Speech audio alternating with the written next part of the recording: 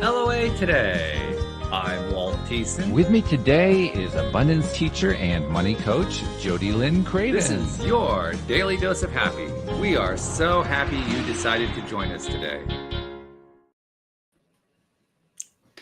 And I was just noticing that our live feed to LinkedIn, for some reason, isn't working today. I guess StreamYard is having a little trouble with that connection, but it's going to other social media places. So hopefully, if you're trying to tune into LinkedIn, you're figuring out, well, let's go to one of the other ones because you're not going to see it on LinkedIn today. But anyway, Jody Lynn, first of all, hi. Have things warmed up at all in Alberta? That's my first question today. No. No. Still okay. cold. Still cold. Still cold. Yeah. So you're all hibernation mode. Yeah. I get that. That's all right. Yeah. Well, we're in March. We're getting closer and closer to when it starts to warm up. So it's not all that far off. Yeah, I'm praying. Warmer weather. That's what you do when you live in the north, right? Mm-hmm. And we're joined today by Kathleen Israel, who has, so many people who come onto the show have interesting stories to tell, and hers is just as interesting as many others have been.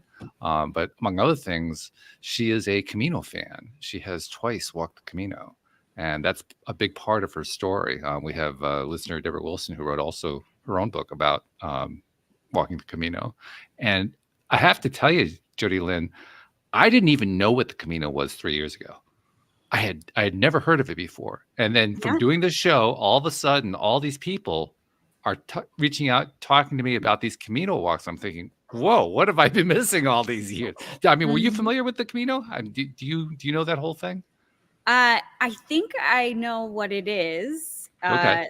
But I'm not 100% sure. But again, I've only been introduced to this concept 2020, 2019. Okay. If it's the same thing that I'm thinking, my assistant went to do a walk and she was gone for like a month or 45 days or something. Yeah. And I cried the whole time she was gone.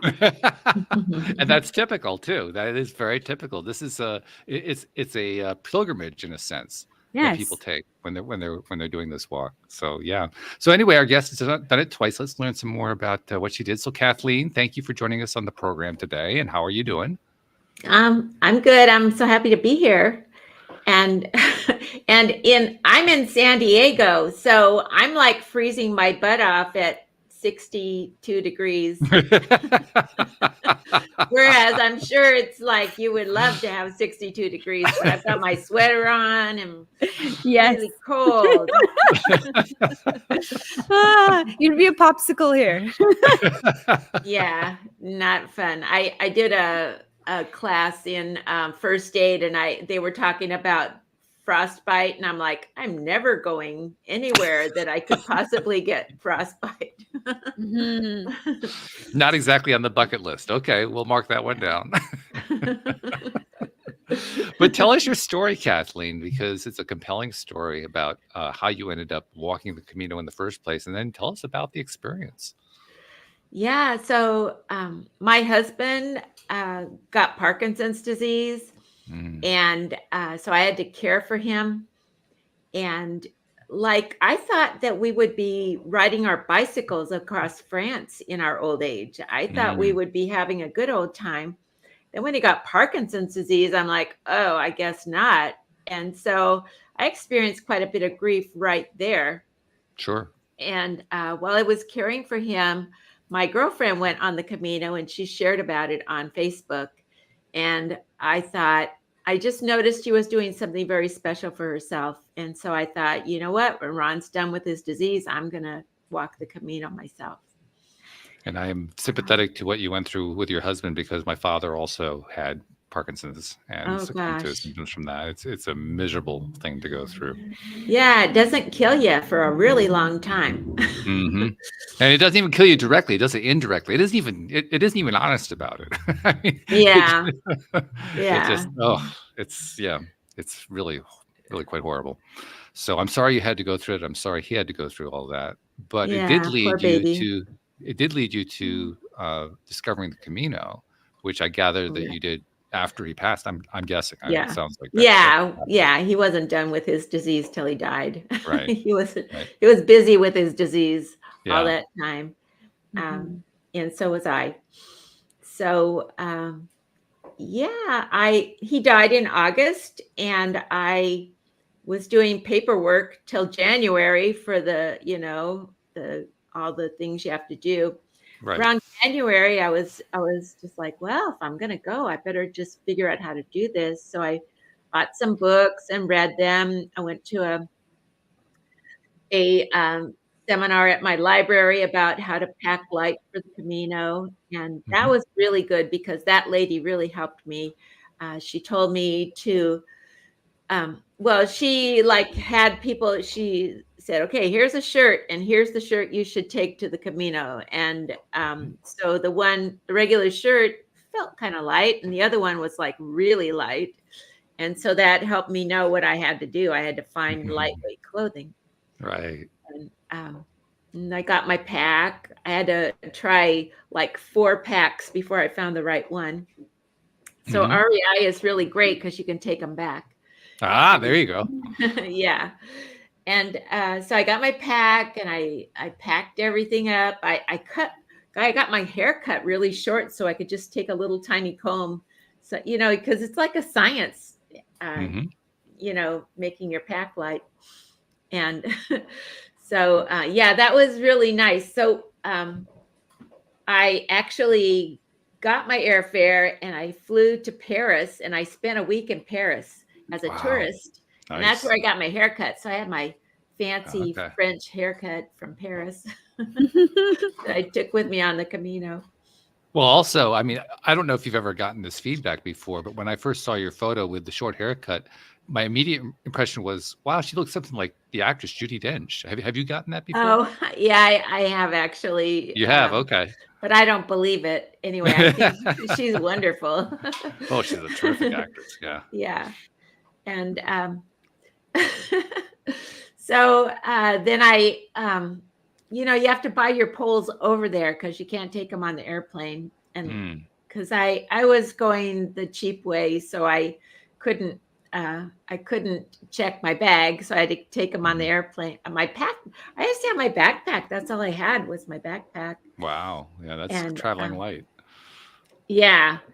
And I got me a really child sleeping bag. I could fit in this. I like measured myself. Okay, I'll fit in this child sleeping bag, so I could have a lightweight sleeping bag. And anyway, it was amazing. I flew from Paris to Biarritz, and then I took a train. Well, I took a cab to Bayonne, and then I took a train to Saint-Jean-Pied-de-Port, and that's where I started the Camino. Okay. And then for most people, the big part of the experience is the actual walk itself. Right. And the constant theme that I've heard over and over again about Camino walkers is that they find themselves to be changed either partway or toward the end of their Camino walk. Was that true for you too? Yes. Actually, I was, I had just lost my husband, and I had just taken care of him for like 17 years. And so I was, I thought I was in really good health, but I was in poor health. And so I got sick a couple of times along the Camino. But just meeting people, when I got there, I was like, well, I had heard about people developing camaraderie on the Camino. And I remember I went out to breakfast, and I was like looking around and seeing who had boots on, at the restaurant. And I was like, well, gee, I don't know how to do camaraderie. I don't know how to do this. And so the first place that I walked to was Roncesvalles. No, Valcarlos. Yeah, Valcarlos. And I walked in, and the people, what you do is you just say, why did you walk on the Camino? And they tell you, and then you tell them, and then you're buddies, so that's how you do it. You just say, why are you walking? And, sure. But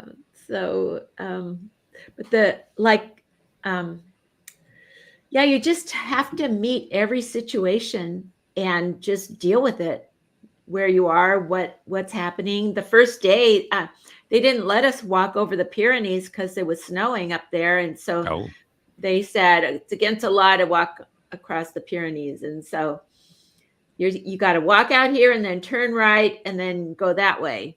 And so I started walking and I kept thinking, gee, I wonder where that turnoff is. oh, And yeah, and I walked and walked and walked, and I got to the sign that said Orison, and I'm like, oh, Oops. you're not supposed to go this way. So I actually added 8K onto my first day of walking by walking 4K up this hill, and then I had to go back to town, and then I found the turnoff. And but well, at least the second 4K was downhill. That helps a bit. yeah, right. And then I you have to walk around, but when you walk around, you're really walking up and down, up and down, up and down. And so anyway, it was amazing, and I was up for it, you know.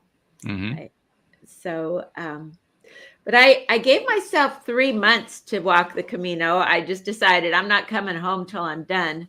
Wow. And I had heard that's a long walk. Yeah, but it only took me 66 days actually. Only. Only. Yeah, but you know, you have to get your ride home when you buy your ride over. So I thought, well, I'll just stay there until I'm done.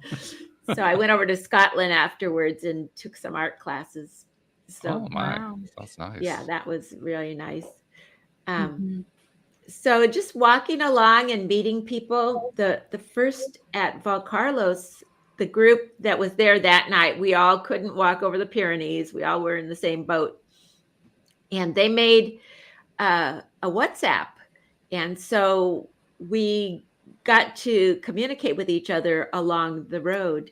And that was lovely because I took a long time because I'm an old lady and I got a bum foot. So they were like, when I would get somewhere, they would say, oh, be sure and do this, this, and this, you know. So that's what it was lovely to have them. And I like, we all say Merry Christmas to each other on our WhatsApp every year and Happy Easter and stuff. Aww. And to tell each other what we're doing. So yeah, human connections are huge. And when you make new ones like that, on a journey like the walk of the Camino, that's going to stick with you for a long time. Yeah. And when you use a WhatsApp, you can, I have people from Germany and, you know, well, one guy I met, he lives in LA, which is about 100 miles away from me. But yeah, so there's a lot. It's great to have those connections around the world. Yeah. They make a big difference. So Jody Lynn, does this match up with what you had heard about the Camino? A little bit. You know what? I didn't ask her a ton of questions about like where she walked or anything like that. Now that I'm thinking back to it, it's so interesting because they got delayed because of COVID, and then she went the next year. But yeah, so I have to go back and ask her all of these things. What was her wisdom from the Camino? Right. And that, you know, the wisdom on the Camino, the reason why I wrote the book is because while Ron was sick, I did emotional healing online with a bunch of enlightened thought leaders. And he was sick so long that I studied a long time. And afterwards, I felt like I had some healing words to share. That worked for me. And so that's why I wrote the book. And then like when I got home from the Camino, I'm like, okay, now you write the book. And I got cold feet because I didn't really know how to be teachy. And so I remembered I had told all those things to people on the Camino. So I wrote my book about walking the Camino and telling people those things. Yeah. So it's kind of like a self-help if you can find it. I mean, I've had people that said, I really couldn't find your healing words in there. And so I guess it all depends on what you're looking for, what you find in my book. But, what you're ready to hear. Yes. what you're ready to hear. Mhm. Yeah. But I had some adventures. They were so amazing. I couldn't believe it. I would get myself in these situations and I'm like, I just can't believe that just happened here. And and like I was walking along out in, it was kind of an arid area and I could see quite far and I saw this castle out off in the distance. It was a ruins. Some of the walls were down and there were beautiful spires and there was arches and stuff. So I walked up to it. Actually, the Camino went right through it. And I walked under an arch and I heard Irish fairy music. Oh my. And I know, I'm like, oh, I love Irish fairy music. And then I walked in and over on the right, there was this guy, this Filipino guy in a kilt with a white t-shirt on. And he was making egg salad sandwiches and putting them in little bags. And he had a pot of coffee right behind him brewing. And so I thought, wow, this is really different. And so of course, I asked him where the restroom was because that was always my problem. Where are you going to go out in the woods, right? You have to plan that. Yeah, from what I understand, you have to plan well in advance. Yeah. So anyway, so he showed me the trailer over there. And when I came back, I got a cup of coffee from him. But it was just such a lovely experience, just an off the wall, amazing thing. That's terrific. Yeah. One of our longtime listeners, Deborah Wilson, wrote a book about her experiences on the Camino. Hers is called Finding Love on the Camino. Which is a rather ironic title because it turns out that the twist in the book was that she took this walk with her husband and they were former guides. In other words, they had been Camino guides for a number of years, and this is their time to just do the walk for themselves. So they're doing the walk, and then halfway through the walk, he left her. Permanently, like ending the relationship. What? Yeah. There's something to write a book about. That's exactly what she did. She wrote a book about it. But she also wrote the book in part because despite the fact that that was a very traumatic event, it also helped her to refocus her attention on what was important to her in her life. And so she came away from that walk when by the time she had finished her walk, she really was a new woman and she had a new path and a new direction and so forth. So even though she went through a traumatic event in the middle of it, the walk itself helped her get through that traumatic event. I can see that. Yeah, because you're just walking along. All day long you're walking and, you hear the birds, beautiful scenery, meeting people and questioning yourself and as you learn new things from other people. So I can see that. That's amazing. Can you point to any particular thing any idea, something that you thought about, something that came up in conversation perhaps, that became your biggest takeaway, that when you walked away, when you finally finished your walk and you reflected back on it, you said, wow, that was the big thing. That was the one thing that really stood out. Well, I think the things that really meant a lot to me was when I could share my wisdom with people. Because, it was, there were so many of them, but I remember I met this guy. I was at a monastery and they provided the food. So it was like cafeteria style. And I was walking there with my tray. I'm like, where should I sit down? And I'm pretty sure my guardian angel pushed me over that way. So I sat by this guy and, I asked him why he came on the Camino, and he told me that he was in the Air Force. I was British. He was in the Air Force or something, and he had a week, and he thought he would spend it on the Camino. And so he asked me why I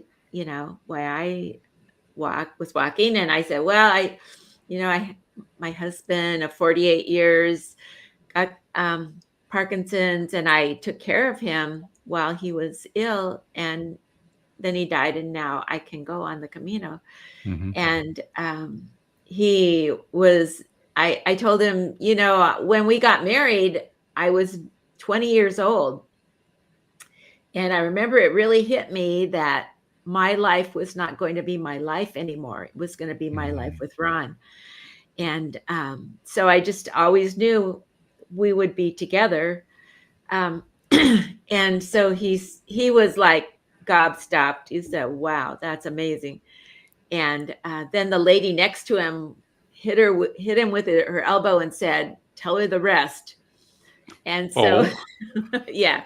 And so he told me that he had met this woman and married her, and they had a child, and then he left her because he thought maybe he got married too early, too young. Wow. Got married too young, and you know, it was just too much for him. And then when I told him I got married when I was 20, I'm like, I think he was just like, oh, you know. Perspective. Yeah. And so I told him about the Ho'oponopono, which is a Hawaiian healing technique for the family. Sure. And I told him it, and then I wrote it down for him, and the lady next to him took a picture of it so she could have it too. And so, you know, the next morning I saw him, and I wanted to tell him a little bit more about the Ho'oponopono. And he said to me, no, stop. You've already changed my life. I've had enough. Yeah. So I'm thinking, you know, maybe he made a different decision. You know? Yeah. So that meant a lot to me that I was able to give that to him, you know. Yeah. Yeah. And I think our guardian angels were kind of arranging it, you know. Yeah. Well, plus, if you're going to give a gift, Ho'oponopono is a good one to give, because, I mean, it first of all covers so many different situations so eloquently. And it's healing. I mean, that's what the whole point of it is. It's a healing modality. Yeah. Mm-hmm. Yeah. So that was one of my wisdoms that I shared in my book. Mm-hmm. And I mean, I think I shared it twice with two different people in my book. So that was very nice. And I remember the people. I remember the people that were mean to me. And I remember the people that were interested in what I was saying.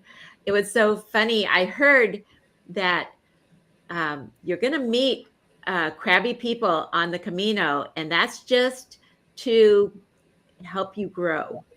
And so I met a couple of crabby people, and it helped. It helped me know myself, because it was them, not me. You know what I mean? Yeah. Mm-hmm. And I can't believe that I was unflustered by that. It didn't bother me, you know, and I just looked at him like, oh, okay, you know. But anyway, it was amazing. Well, I'm sure Jody Lynn can appreciate your experience, because she's a life coach. So she deals with people as they're going through situations like that. I mean, that's familiar, right, Jody Lynn? That's you know, fairly typical. Absolutely. Yeah. It's usually about them and not you. Yeah. I went to this other monastery. I always thought I'd like to stay in monasteries, but after a while I was like, maybe not. But I was in this monastery, and the guy checked us in, right, and took us up to our, you know, the bunk room, and he told us everything we needed to know, but he didn't say what time we had to get out in the morning. And so I hadn't slept in 5 nights because of the snoring people. And so I was just like so dead. And this lady told me, oh, why don't you just stay, just sleep in and then leave later. So he didn't tell us when we had to leave. I know. So the next morning I was in there making my eggs, and the guy came in and he started yelling, and everybody else left, and he was yelling in Spanish. So I was just like, I figured what he was yelling about, but I just decided that it wasn't, you know, I was making my eggs, you know. Sure. And then after I was done with breakfast, I made my lunch, And he came in again, and his eyes were like bugging out, and he was like, rah, rah, rah, rah, rah. And so the third time he came in, I was really ready to go. And he found his English words, and he said, you're just ruining my life. I need to clean this kitchen, and here you are in here. I can't clean the kitchen. I need to get home to my family. And I said, well, I'll pay you. I'm sorry. And he said, my time's not worth money, and he was just like yelling at me.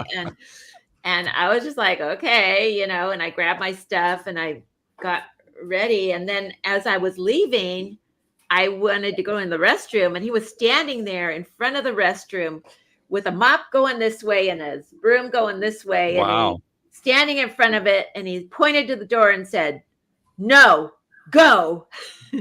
And so I grabbed my pack and put it on, and I'm like I'm trying to get my head around leaving without going to the bathroom first, And I mean, I'm an old lady, right? And they're not exactly all around on every corner. You have to plan these things out. Yeah. Yeah. So anyway, I went out the door and I walked down the stairs very carefully because I'm really careful not to fall. And the lady in the garden said, just leave. And I said, well, I don't even know which door goes out. I don't know, And so she led me through the room where we came in. And I saw a restroom. So I thought, oh, okay. Uh-huh. So I used the restroom. And when I came out, the guy who had been yelling at me was standing there, and he had his hand out in front of him like this. He had my medals, because I had some medals pinned onto my collar. And I guess when I threw my pack on, my medals flew off. And so he's standing there very sheepishly with my medals and handed them to me. And I looked at him and I'm like, okay, well, where's St. Jerome? Because St. Jerome was missing. And he goes, St. Jerome. And then he went out and he started looking through the grass. And I'm like, geez, did he find it in the grass? How did he know it was? It was just really weird. And anyway, so I just told him, okay, well, St. Jerome's for someone else. And I left. But it was like, that was an adventure. Mm-hmm. No yeah. kidding. And there was a remarkable change in his demeanor. Something happened. Something occurred that made him decide to behave differently, which is really interesting. Mm-hmm. Yeah. So I guess maybe he thought, oh my God, I yelled at a holy woman or something, because I had medals on. I don't know. But it was just like one of those things you'll never forget, Mm-hmm. Mm-hmm. A lot of these things, when they occur, they're things that may or may not have meaning to somebody else, but they always have meaning to us. Mm-hmm. Right. And I don't know if that's because they happen to us, or is it more than that? I think it's more than that. Jody Lynn, I'd be interested in your take on this, but I think that when we experience events like that one, where people change their behavior in the midst of our interactions with them, it affects us. We feel it. And that feeling translates into any number of possible responses. But in your case, the response was, well, okay. If that's what it is, that's what it is. You could have had all kinds of responses to that one, right? You could have gotten angry. You could have started fighting him. There are all kinds of things you could have done. Instead, you said, oh, well, okay. I just really felt my my tierra firma was not shaken by any of that stuff. It was nice to know, because I get upset sometimes, that didn't upset me. That made me, I guess that's a change for me. Mm-hmm. Yeah. I think energetically, it hits us different, or I guess bigger in most of those cases, Walt, like you were saying, because we're anticipating something completely different. And then, we feel a complete shift in energy, and it's like, okay, it's not what I expected. It's kind of like when somebody says something and it comes out of their mouth and you're like, whoa, wait a minute. Did you just say that to me? Yeah. Yeah. Can't you just put on your nice guy mask and talk to me? Well, that's kind of what occurred to me, because you refused to escalate with him. He was clearly escalating the energy up into a very negative spiral kind of an energy, and you refused to go along with him. And we've talked often here on the show about how one person's energy can affect another person. We often think about that in terms of how, somebody is in a negative space, so they affect everybody else negatively. But it also works the other way around. And you refuse to buy into his energy. So in a sense, we could say that your energy won. In a sense, yours was the stronger energy, because he basically gave up his energetic path and shifted over to the one you were on. Yeah. Yeah. I entrained him. Yes. Good way to say it. Yeah, absolutely. It shows how powerful our energies really are in ways that we often don't even expect. Yeah, I was really surprised that it didn't affect me. Yeah. Do you have any idea why it didn't? Maybe because he wasn't in charge of me. Maybe because I felt righteous that he hadn't told us when we had to leave. I felt like I wasn't wrong. I wasn't doing anything wrong. He didn't tell us when we had to leave. Of course, everybody else is like, yeah, you got to be out of here at 8:30. You have to. And so the next day, when I stayed at the next place, I was like really cautious about asking the lady, when do I have to leave? Sure. And she said, oh, anytime. And I'm like, no, really, when do I have to leave?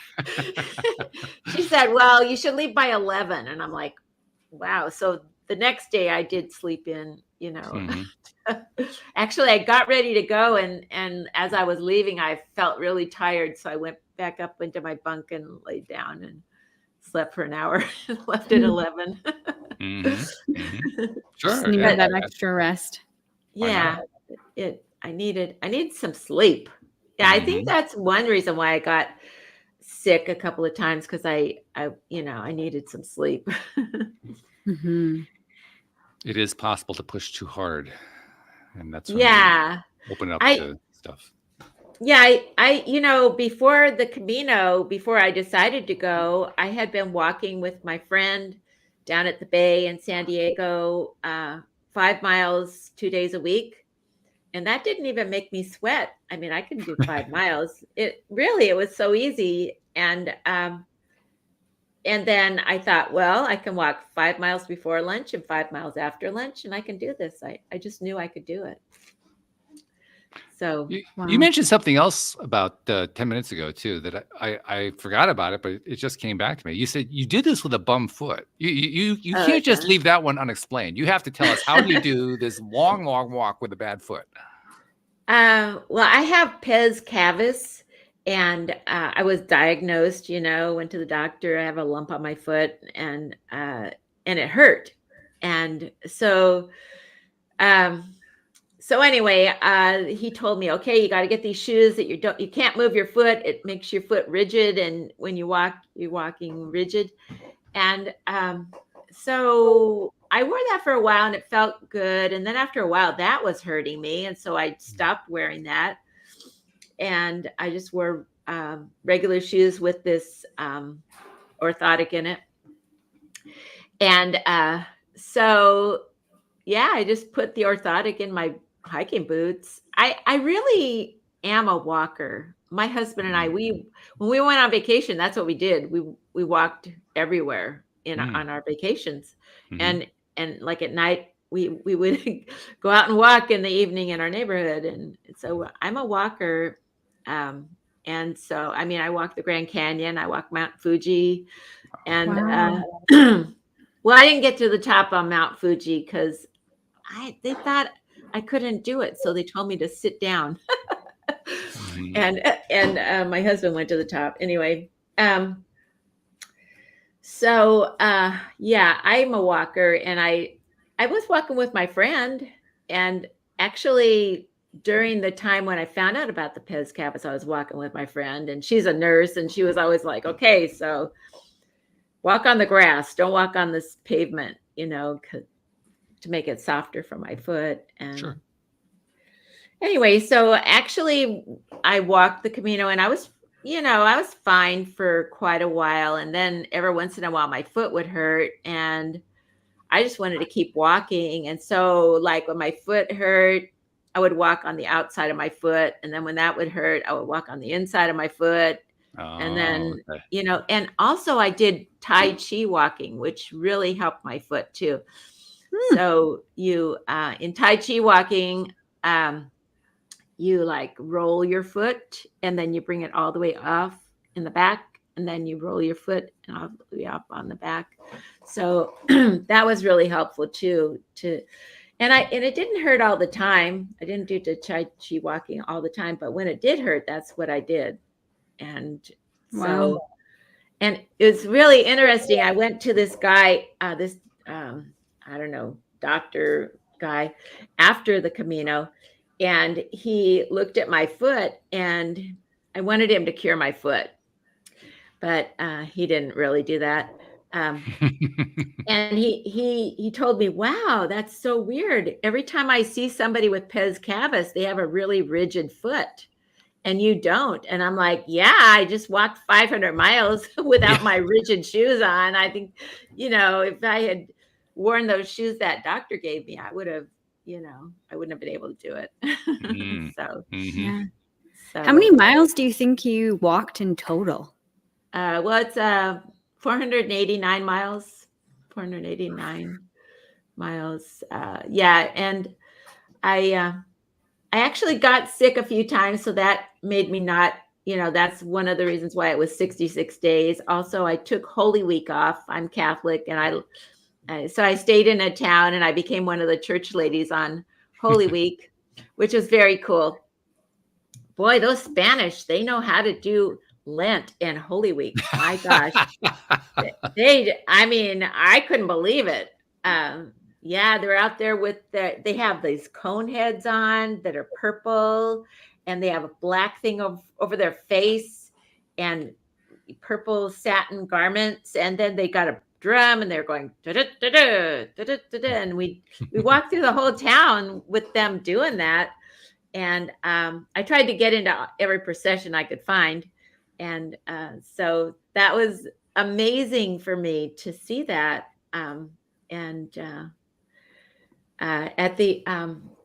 So it was like the week before Holy Week, and I was in this town, and they were having a big shindig up at the church, and I went up there, and so we walked through the town, and the guys with the drums, and then we came back to the church, and I was taking a video. I just couldn't believe it, and this guy came up to me, and he pointed to down the street, and I thought, okay, well, I'll take the video down the street, and stopped. They came together, and they stopped, and they had these two giant life-size statues, one of Jesus carrying the cross, and one of Our Lady of Sorrows over on the other side with black clothing on.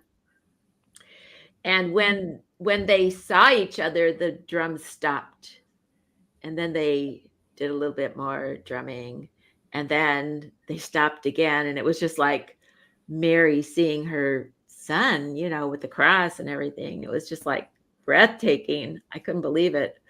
So yeah, it was amazing. That's very consistent. I mean, that was actually off the Camino path, but it's very consistent with the Camino experiences I've heard it, because people encounter all kinds of experiences that resonate with them in a particular way that is very meaningful for them. And they're all different experiences. I mean, you just described one that I have not heard before from a Camino walk. Right. But nevertheless, you encountered it's almost like the Camino found the experience for you needed to find at that particular time. Yeah. Yeah. It was amazing. It's interesting how that happens.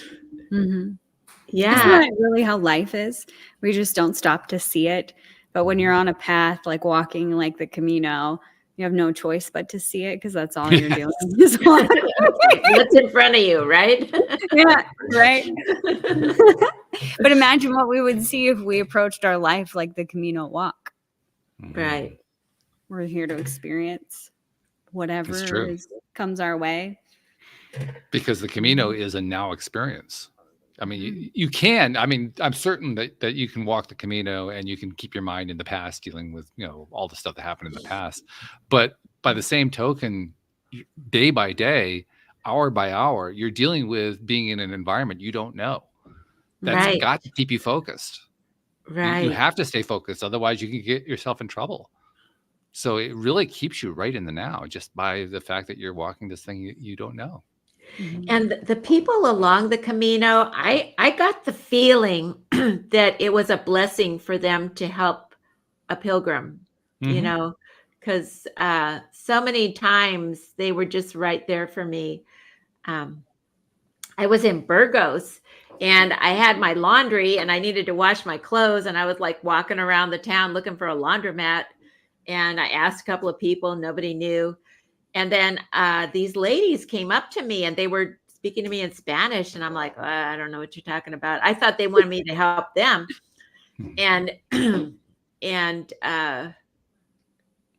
But actually they wanted to help me. They wanted to know why I was walking around town looking for something and I couldn't find it. I guess they noticed me as walking. And so I don't remember if she said, "What do you need?" or what, but I said, "Limpia mi ropa," and that's cleaning my clothes. I think, I don't know. and these two ladies, they like looked at each other and said, "Ropa," and one was an older woman and one was a younger woman. And so the younger woman left the older woman standing there, took me over 2 streets and went into this laundromat to make sure it was open for me. And she, that was the laundromat. It was 2 streets over. I would have never found it. That's fabulous. And then she went back to her mom or something. I don't know, but it was like very sweet, very sweet. It's always reassuring to encounter that kind of kindness, no matter what kind of journey we're on, but especially on a journey like that one. And people are saying Buen Camino all the time. People on the Camino and people not on the Camino. They just say Buen Camino. And when I was in Portugal, it was Bom Camino. Bom Camino. That's really great. And you did this twice. I mean, for many people, one walk on the Camino is enough, but apparently it was not enough for you. Well, I wanted to walk the Portuguese way. I walked from Saint-Jean in France across Spain, and then I wanted to start in Portugal and walk up. So I started in Lisbon, which is, a lot of people start in Porto, but I don't know, you go so far across the ocean to go to Europe. I don't want to just spend 2 weeks, So I started in Lisbon so it just seems like it's more of an experience if you spend a month doing it. Actually, that was only 45 days that I was on the Camino in Portugal. But nevertheless, the fact that you went back at all is a pretty big deal. I mean, like I say, I'm a walker. Yeah. But you're also an adventurer. I mean, you put off by that first. That first adventure was really meaningful to you to the point where you wanted to repeat it. That's a pretty big deal right there. And I wanted to go this spring too, but I can't go this spring. Maybe I'll go next year. When you get, I want to walk the Camino del Norte across the northern coast of Spain, because I'm just like a self-proclaimed ocean gazer, and I think I would just really love that. Yeah, sounds beautiful. Yeah, it does. Wow. Do you feel inspired to walk the Camino, Jody Lynn? I'm curious. Yeah. I want to be able to say in my lifetime that I walked the Grand Canyon, or walked this mountain, or walked the Camino, or whatever with my husband. I think that's incredibly inspiring. We're walkers too. When we're on vacation, we like to adventure out and see things, and we go on different hikes, and that's been mostly like in Hawaii. or in like BC or wherever, some small places that we've been, but we like doing that too. And I'm reminded of a time we went to Hawaii and we were like in flip-flops. And like the trail is like easy or something like that or whatever. Yeah. We got like, I don't know, not very far in, and we were like, we can't do this in flip-flops. We went back to the car and got our shoes. I walked up Diamond Head one time and I had my hiking boots and there were people walking up like little old ladies with their flip-flops on. Yeah. So we get our shoes and we go back and like 20 minutes in, and like it was like, this is easy or moderate or something. Like it wasn't a hard trail by any means. And we get like 20 minutes in and there's like a rope that we had to use to climb up a hill that was very muddy. And we're like, how is this easy? Okay. So we do that. And we're like halfway through this thing. And it's been, I don't know, an hour and a half or something like that. And we're ready to turn around. Like, we're like, I don't think we can go on. We're almost out of water. Like, we got to go back also. Like, it's not just get there and you're done, right? Like, we got to go back. We were about to turn around. And we're looking down the path, and you had to like traverse all these rocks going down in like this zigzag pattern. Like, so you're kind of like climbing down, and we're like, this is bullshit. Like, I don't know if we can do this. Like, I don't think so. And these 3 old ladies came around the corner and like whooped it right up the rocks and like past us. We're like, all right, that's our sign. We got to keep going. Like, if they can do it, like we can do it. Let's just keep going. And I'm glad that we did. It was where you ended. There was this giant platform that was of natural rock. Like, you didn't dare get too close to the edge, but looking out, you could see several waterfalls all around you. And then you went around this kind of corner and it was like the death ledge. There's a lot of crosses. It's like, go beyond this boundary at your own risk. And there was like a big waterfall that came into a natural pool, and we were right there. And then it went straight down. And that was the other side of the waterfall. We were right there. It was the most extraordinary thing I'd ever seen up to that point. So it was worth it. But when they say, wear proper footwear and bring more water than you think you'll need, we definitely have heeded that advice going forward.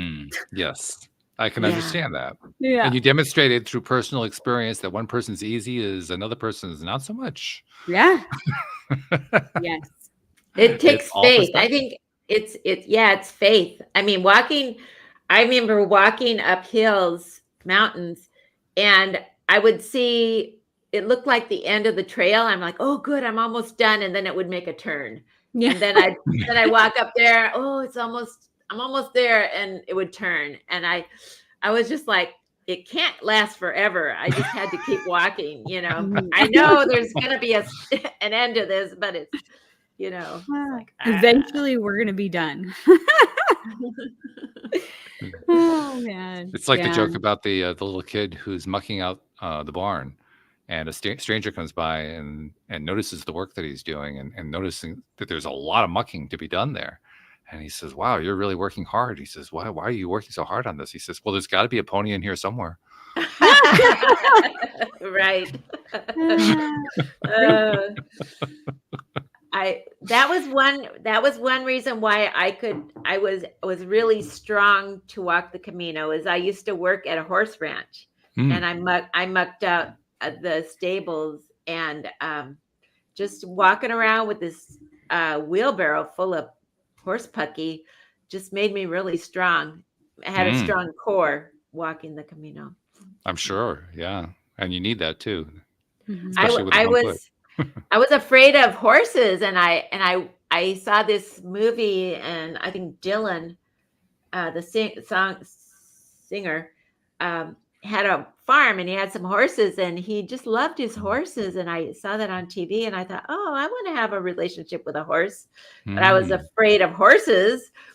And so I thought, well, maybe I'll just volunteer at this horse ranch and then I'll get to know the horses. Maybe I won't be so afraid, but I am still afraid. So, but anyway, I used to sing to the horses just to calm them down, but they used to play with me. And, you know, like when the first time I was in this you know, thing with the horse, and I was like cleaning out the water, and he came over and he blew bubbles in the water next to me with his nose. And I was just like, oh man, there's a horse right next to me.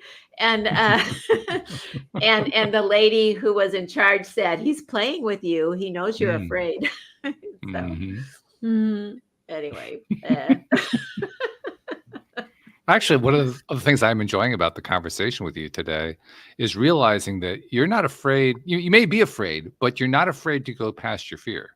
You know, you're not afraid to challenge your own fear. A lot of people will just walk away. They say, "Oh, I'm not going that direction." You say, "Well, yeah, I'm afraid, but the heck with it. I'm going to go anyway." Yeah, I did. I wanted that relationship with a horse. You know, that's what I wanted. So. But you could have let the fear stop you, and you didn't. Yeah. Well, that's right. I didn't. You didn't. Yeah. Well, getting to know me, getting to know all about me. So the book is called Wisdom on the Camino, and it's been out for a while now. And you said the next walk is going to be sometime in the next year or so. So does that mean there's going to be another book that comes out? Yeah, I had written already the book about Portugal, but I'm going through it now. You know, you have to read it over and stuff. So I've got that process going right now, but I just sold my house, so I need to do that. It's like I'm a person who just has to focus on something, you know, and then like I focused on writing the book last year, and I didn't do anything else but write that book. And now I sold my house, and I'm like focused on, well, of course I'm focused on getting the next house, right? Sure. But yeah, I am doing scary things. I don't know. It is scary to sell your house. I wanted a view of the ocean, and so I sold my house, and so I'm hoping that I find a fixer-upper with a view of the ocean, so I can afford it. You know?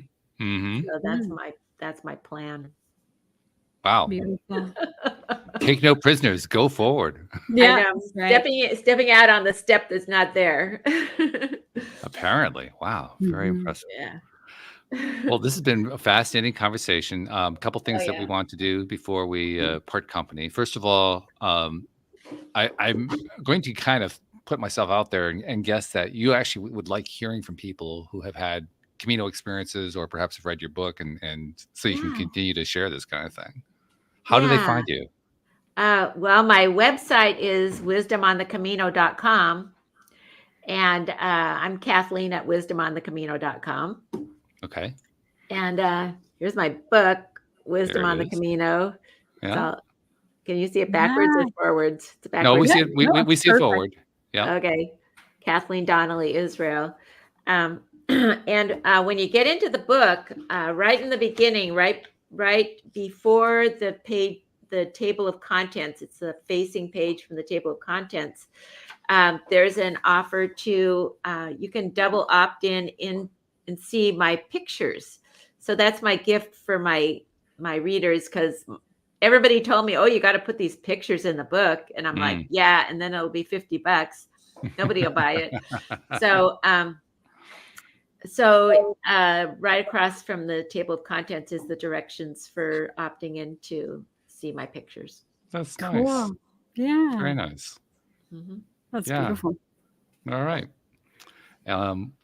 One thing that I make it a practice to do here on the show and have for some time now is to recognize that when people come on the show like you, they did it because they want to give back. I mean, you mentioned a couple of times how you like to help people and how you hope that your wisdom has helped other people.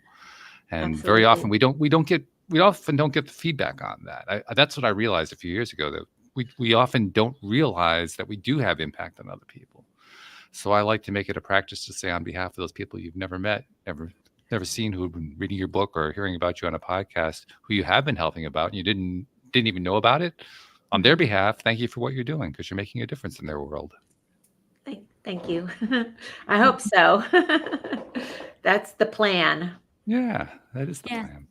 Jody, what's the one takeaway today? What's the one thing that stands out above everything else about what Kathleen was telling us today? I can't just pick one. So I'm going to pick you can pick 2 or 3 if you like. I mean, it's up to you. I'm going to pick 3. I think Kathleen gave us a beautiful reminder to, I think the whole experience was about refocusing on what's really important. And the first step we take is doing that through presence and not being afraid to face whatever fear is in front of us and just really go for the things that we want. Yeah. Absolutely. Those are good takeaways. Yeah. Those are the ones that'll stick with you. So thank you very much, Kathleen, for telling your story, and both in book form and in appearing on the podcast form. We appreciate that very much. We wish you all the best with your next journey. Thank you. I know you're going to have a great day today. We just did because we listened to this. So thank you very much. Thank you, Jody Lynn. And thank you to our podcast listeners everywhere. We'll see you all next time here on LOA Today. Goodbye, everybody.